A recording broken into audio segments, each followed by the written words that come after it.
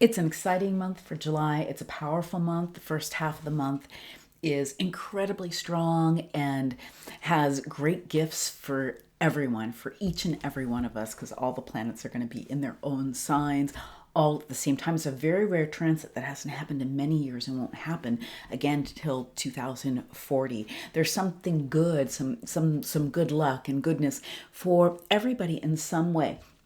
We have some intensity as we come into the end of the month, and I'll talk to you about that as well. Hi, I'm Prema Gurreri, Vedic astrologer, business oracle, and welcome to Chart Your Path. I am so glad you're here. I appreciate you being here. I appreciate you subscribing to the channel, sharing, hitting the like button so you don't miss any of my updates. And if you haven't already taken the free Sacred Wealth Code quiz to find out one of your Sacred Wealth Code archetypes, the links are down below, as well as Aligned, Power from the Inside Out, and some other free offerings for you there, and all my readings as well. July is incredibly auspicious. We have, again, all of the planets in their own signs except for the sun, but the sun is in a powerful place too. This is, something we've been waiting for. It's time. It's a great month for moving things forward. It's a great month for your courage, for your passion.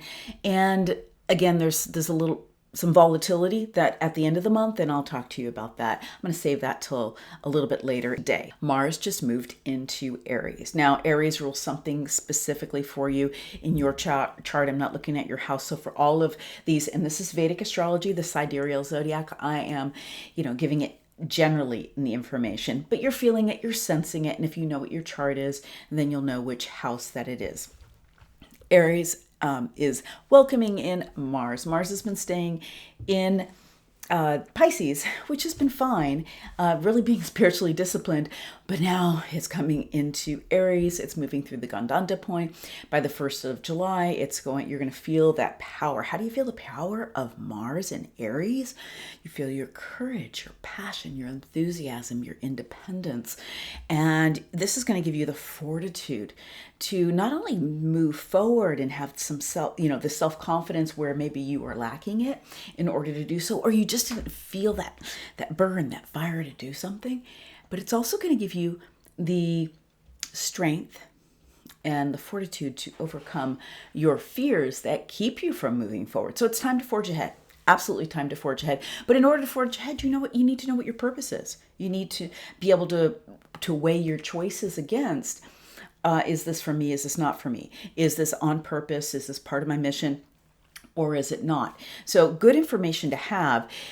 The thing about Mars is it's going to align here with the Magician. So that's the honorable warrior, very much in Aries, where Mars is going to be. And then it's going to line up with the Magician, the Rahu. And that'll happen, the alignment at the end of the month. I'm going to talk about that a little bit later in the update here. It'll align with Uranus as well, and we'll have some volatility.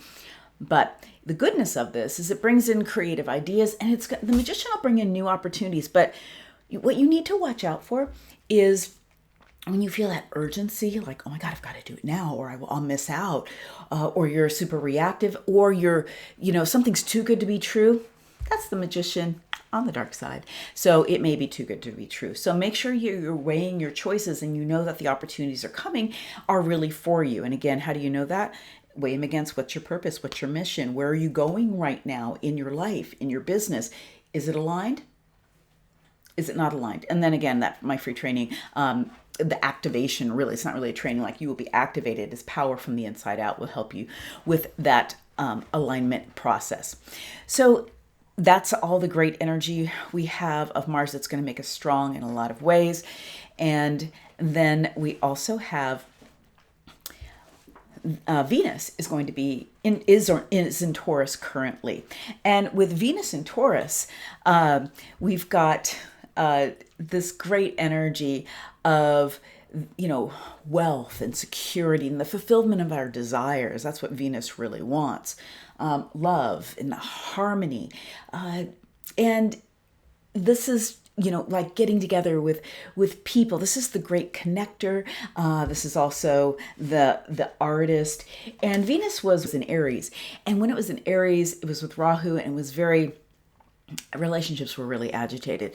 So it's a very grounded time for relationships. So if there's conversations you need to have, great time to have that. It's a wonderful time for you to be, getting into your creativity, for you to get together with friends. Do you have a creative project in your work, in your business that you're wanting to bring forward? Venus, sometimes we can get stuck in Taurus, but with all the initiative we have going on with Mars and Aries, you'll be able to blast past that. So it's a beautiful time. Remember, Venus wants harmony in Taurus. So that's one of the indicators of whatever you're going to engage in as far as, these aspects I'm talking about. And if you know which area of your chart this is it is it going to bring me more harmony in my life?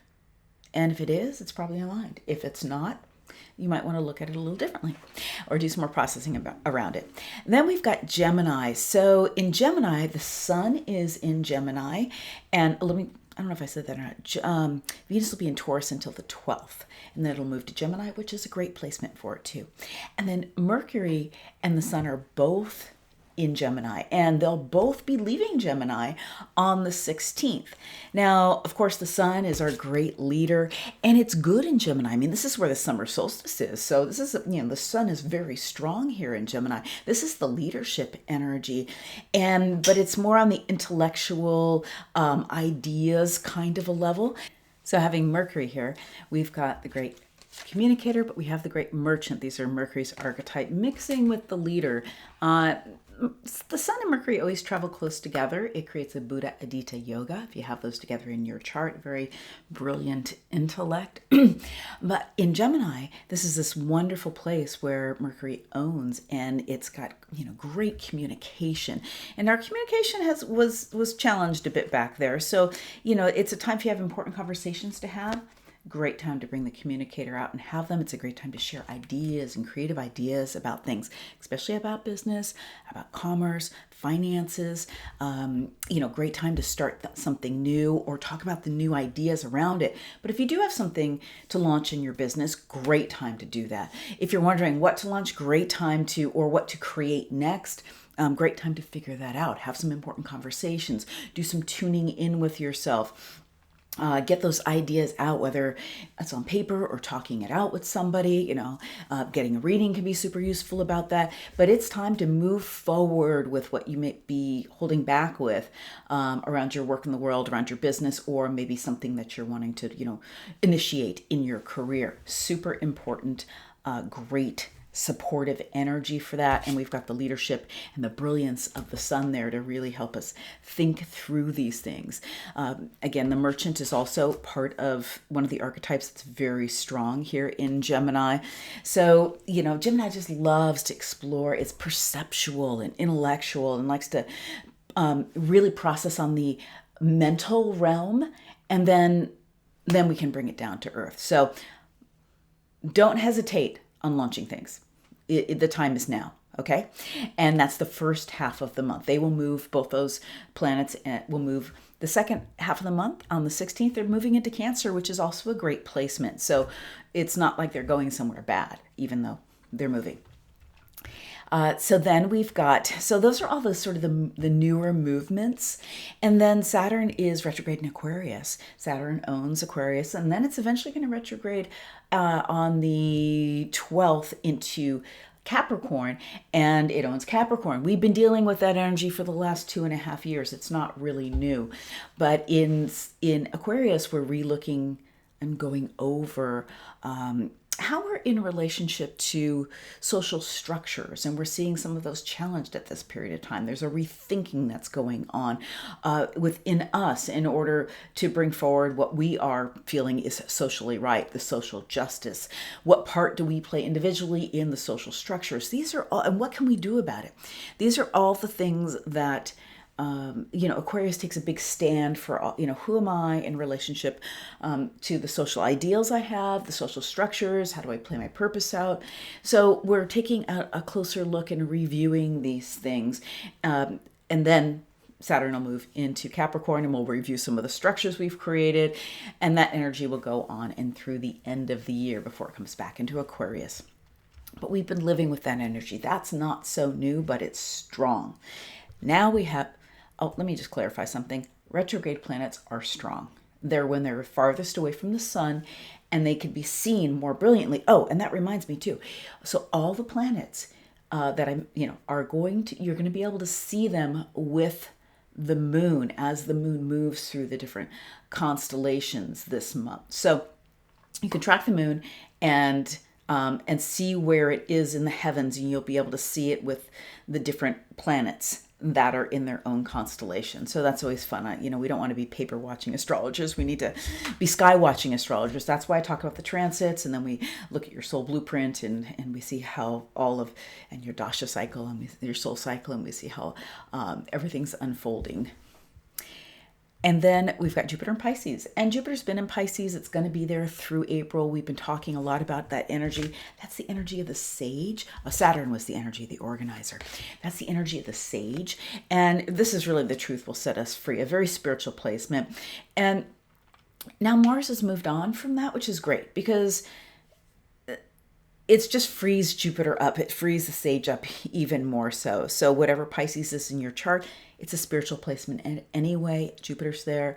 It's very, very strong there. It's exalted there. And excuse me, it's not exalted there. It's its own house. It's actually exalted in Cancer. It's its own house. And so it's very comfortable there. And so deepening your spirituality on some level and tapping into the deeper wisdom. All right, let's talk about this. So that's all the harmony, the moving forward, the courage to do so.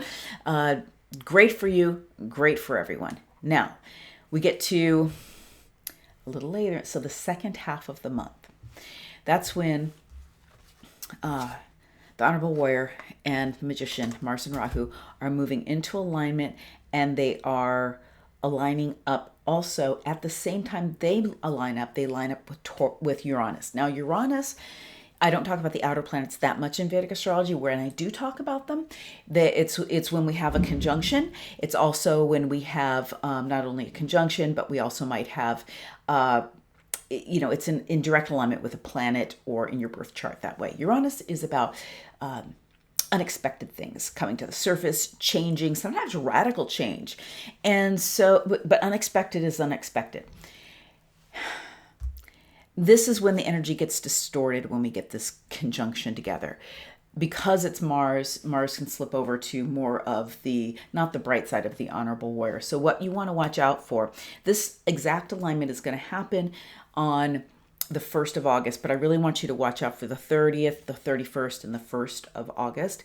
And even I'd like you to give it a bigger breadth than that. I'm really watching the last week in July and the first week in August. Now, how am I watching this? I'm just not making big plans because, and if you have planets at 24 degrees, that's where they're going to conjunct.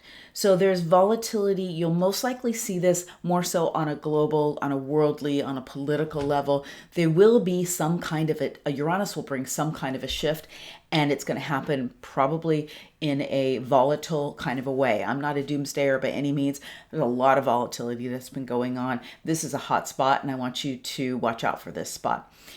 How you watch out for it?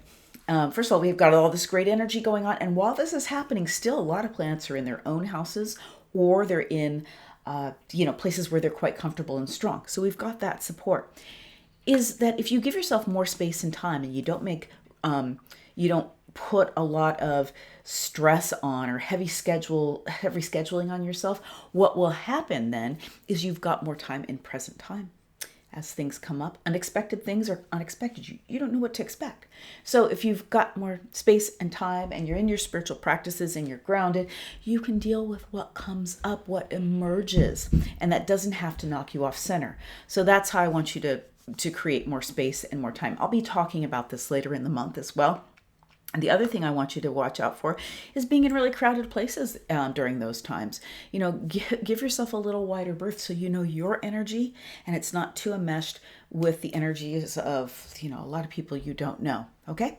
So I'm going to bracket that time and we're going to practice really good prayer for everyone.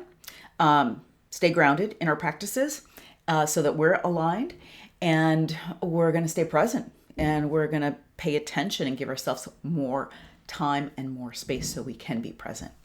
We'll have a full moon on the 13th of July. That'll be in Sagittarius, and there'll be a new moon in Cancer on the 28th, and that's the same day Jupiter retrogrades. I'll be talking about all those things in further updates. Just mark those dates on your calendar. I'm so glad that you're here. I want to hear about what it is that you're going to move forward on this month. What are you bringing forward? What are you launching in your life, in your business, and in whatever way? What are you moving forward on? I want to invite you to share that. I answer all of my comments. If you're wanting more personal help, all the links are below to book a reading or to move into some, deeper mentorship with me with one of my programs. And I really appreciate you subscribing. It helps the channel get seen by more people and liking and sharing this. All right, so much love to you.